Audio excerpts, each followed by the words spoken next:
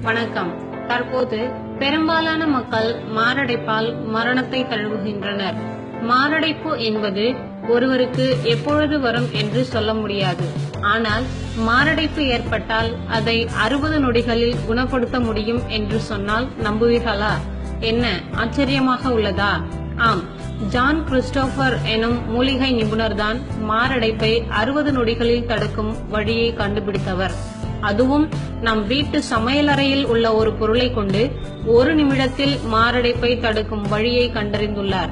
ஒருவருக்கு மாரடைப்பு ஏற்பட்டால் 1 டீஸ்பூன் மிளகு தூளை 1 டம்ளர் நீரில் கலந்து குடிக்க கொடுக்க வேண்டும்.